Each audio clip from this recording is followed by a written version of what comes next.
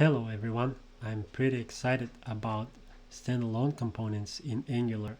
So in this video, I'm going to take a look at how to bootstrap an app using standalone component, how to use a standalone component inside a template, and how to lazy load a route based on a standalone component.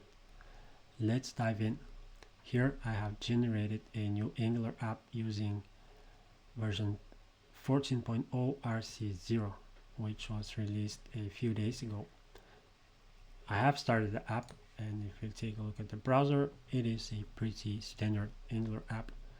Let's see how we can convert this app to use standalone components. First, we'll open the app module and confirm that it is indeed using a module. We can also see the bootstrap property down here. It specifies the app component, and that is the component we want to bootstrap, and the app module is imported inside the main.ts file where the bootstrapping takes place. So in order to convert this NgModule-based app to a standalone component-based app, we'll need to make a few modifications. First, we can get rid of the app module. We don't need it anymore. Once we do that, we can go back to the app component and use the new standalone flag on the component metadata to declare this component as a standalone component, which means that we don't have to declare it in an NgModule. Angular will treat it as a standalone component. Next, we'll go to the main.ts file and use a new helper function called bootstrap application, which takes a couple of arguments. The first one is required, and that is the root component that we want to bootstrap, and that is our app component. Since bootstrap application is a promise, we can add the error handling at the end. So if I clean up the file a bit, remove any unused imports, save both files and come back to the browser, well, we can see that the app bootstraps, but we get an error because Angular cannot recognize the ng-switch directive. Why is that? Well, if we take a look at the deleted NgModule, we can see that it imports the browser module, which internally exports the common module, and the common module is where the ng-switch directive is declared. So by importing the browser module, we implicitly had access to the common module and the ng-switch directive. If we go back to the main.ts file, the bootstrap application function provides the same providers that are provided by the browser module, but it doesn't export the common module. So that's how we lost access to the common module, and we need to explicitly import it ourselves in order to gain access to those directives. How can we do that when we don't have an NgModule anymore? Well, there is another property on the component metadata called imports, and here we can import any dependencies for that component or dependencies for its template. And here we can specify other components, standalone components, we can specify directives, pipes, or we can import existing ng modules. Since we know that the ng switch is part of the common module, we can import it, save the file, go back to the browser, and now everything works. There are no errors in the console either. So now we have bootstrapped our first application, Angular application, using standalone components. That's pretty exciting. Let's see what was the difference again. First, we deleted the app module. We don't need it anymore. It's gone. We can forget about it in this case. Then we marked the app component as a standalone component, and we imported any dependencies.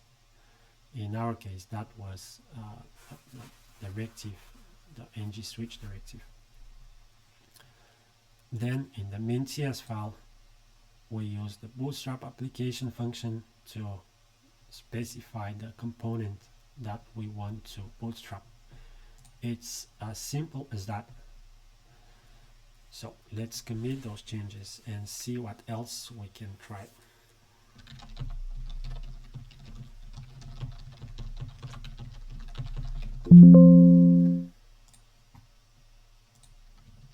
Okay, I'll close those files and we'll go back to the browser. Let's replace the content of this HTML template with a simple title, and let's add a navigation element with a couple of links, which we're gonna set up afterwards to navigate to different pages of our app. So back to the app component HTML, get rid of the content, and let's just output the title property, which will quickly update. So go back, it works. Let's add a couple of links.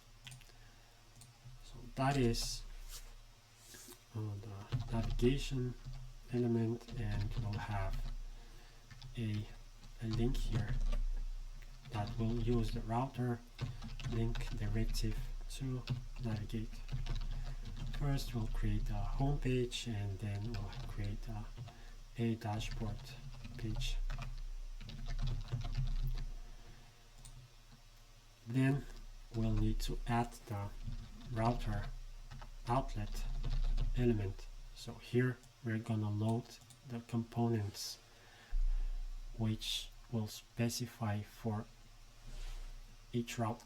If I save now and go back to the page, well, we have an error because Angular cannot recognize the router outlet element. The reason for that is we don't import the router module, which is where the router outlet directive is declared. So we can replace the common module with the router module, save, and come back to the page. Oops, an error again. What's going on?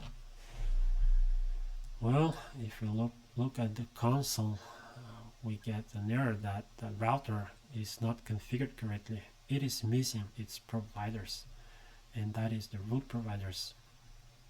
When we want to set up routing, but well, we used to set those providers inside the app module, and we don't have that anymore.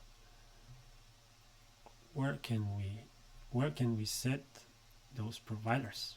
Well, it turns out that the Bootstrap application function takes a second parameter, which is currently has a single property called providers, and here we can specify an array of providers that we want to inject in our app, and that will be the application-wide providers, such as the for root providers on the router or on the router module. We have a new helper function called import providers from, and that serves as a bridge between the module-based API in Angular and the standalone component-based API. So here we import the router module, for root, and we can right now set it to an empty array. We'll specify the routes in a minute. If I save, go back to the page. Now the links and the content is back. We can see the links, and if I try to click on one of the link, I of course get an error because the route dashboard doesn't exist. Let's add it. So here we have a new variable called routes,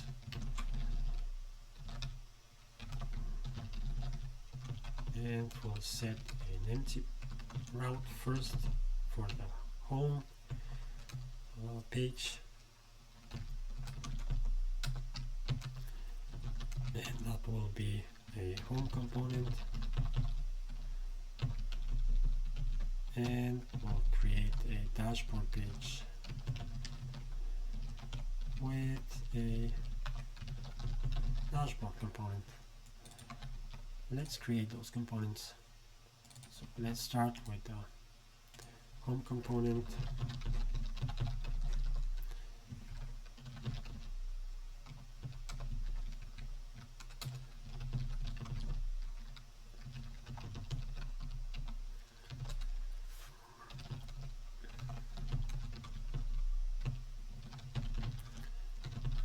Let's output a simple text and export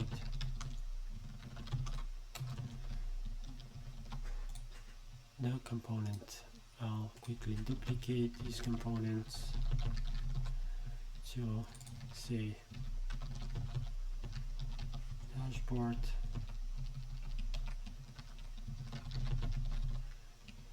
and if we go back to the main.ts file, we can import those components, set the routes array inside the for root, save, go back to the page, and now we can see that the home component is loaded when Angular hit the home, the empty string path. That's our home path, home route, and the dashboard component is loaded when we hit the dashboard route. That's pretty nice. Everything still works. Let's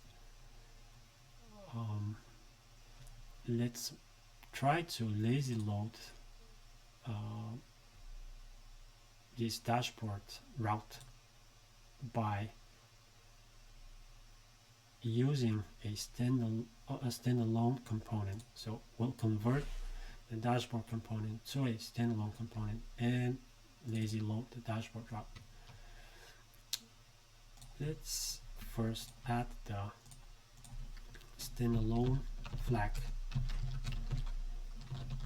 on the dashboard component, and here instead of component we are gonna use the load component property, where we're gonna import the dashboard component directly, and when we get a result we are going to say that we want to render the dashboard component. I don't need this import anymore. If I save, go back to the page, well, right now we are on the dashboard, so I'll go navigate to home, refresh, open the network tab, and now if I click on the dashboard link, I should expect to see a new chunk, a new JavaScript chunk loaded in the in the network tab. And sure, it did. That's awesome. So now we have a standalone app that was bootstrapped, and we have a route that is lazy loading a standalone component. How cool is that? And we didn't use any ng modules whatsoever. Important thing to note here is that the dashboard component needs to have the standalone true flag. Otherwise, we would have gotten an error in the console saying that our configuration is invalid. Well, what else can we do? We can try and move this navigation element to a standalone component and see how we can use it in this template. So I'll create a new component. That's the nav component. We'll quickly add the metadata. That's selector, that will be app nav. Template will fill out in a minute. We'll mark it as standalone and we'll export it.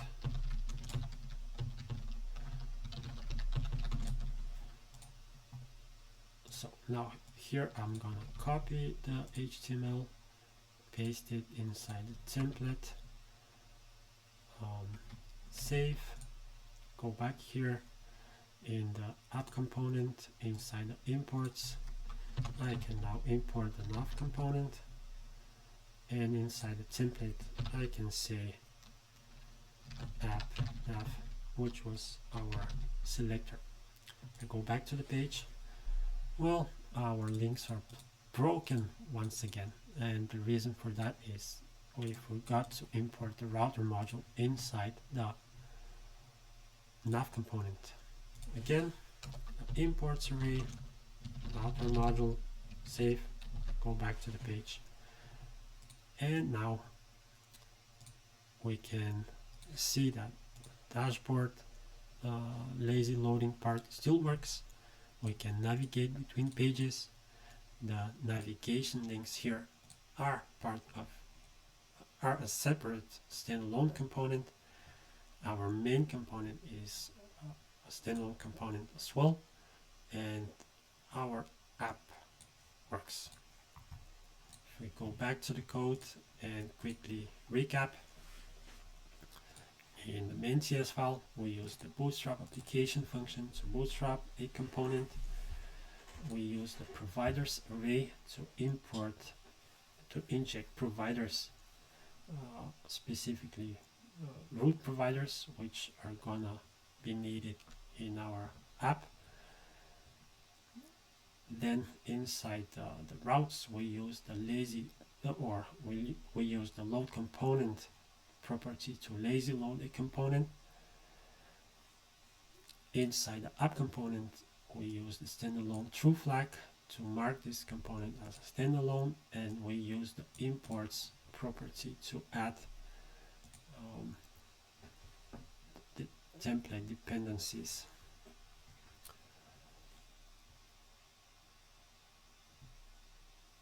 Well, if we go back to the main CS file, a quick comparison for how we lazy loaded the dashboard path route. Had we used an ng module, we would have created a new module and set an empty route there and used the for-child method on the router module in order to set up the routing correctly. Here we directly imported the component, and Angular was smart enough to render it when we navigated to that route. So that's pretty cool. I am really excited about the standalone components. I think they are gonna be quite useful. So right now they are in a developer preview in version 14.0 RC0. They are gonna be in a developer preview once the stable version of Angular 14 lands, hopefully soon. And I'm looking forward to the API marked as stable and starting to use them. I hope you liked this video. If you do, subscribe to my YouTube channel, like the video, and see you in the next one. Bye.